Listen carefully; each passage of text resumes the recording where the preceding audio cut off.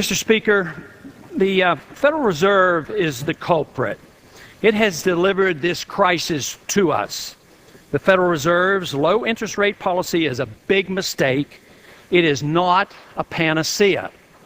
Artificially low interest rates are achieved by inflating the money supply. Low interest rates penalize the thrifty, and those who save are cheated.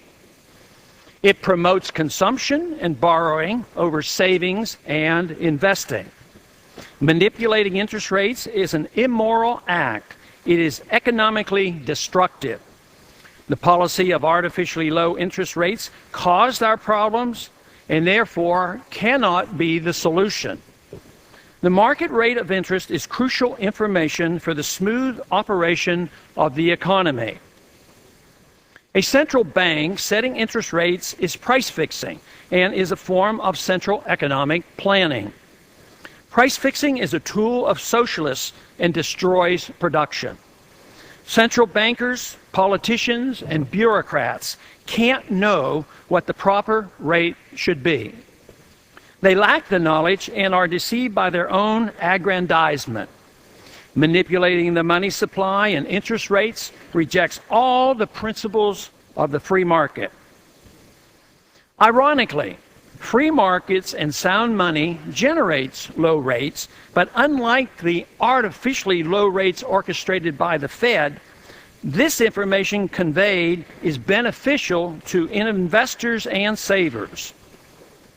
The Congress, by conceding this authority, conveys extraordinary economic powers to the elite few. This is a power that has been abused throughout history. Only the Federal Reserve can inflate the currency, creating new money and credit out of thin air, in secrecy, without oversight or supervision. Inflation facilitates deficits, needless wars, and excessive welfare spending. Debasing a currency is counterfeiting.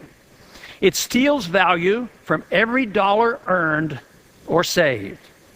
It robs the people and makes them poorer. It is the enemy of the working person. Inflation is the most vicious and regressive of all forms of taxation. It transfers wealth from the middle class to the privileged rich. The economic chaos that results from a policy of central bank inflation inevitably leads to political instability and violence. It is an ancient tool of all authoritarians. Inflating is never a benefit to freedom-loving people. It destroys prosperity and feeds the fires of war. It is responsible for recessions and depressions. It's deceptive, addictive, and causes delusions of grandeur with regards to wealth and knowledge.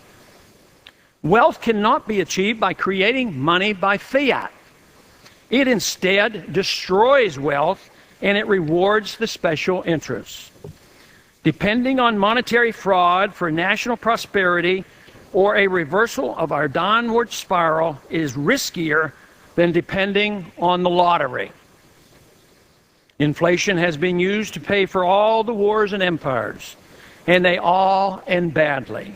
Inflationism and corporatism engenders protectionism and trade wars.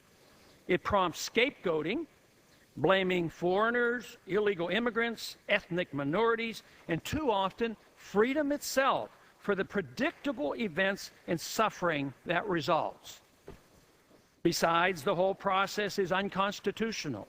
There is no legal authority to operate such a monetary system. So let's stop it.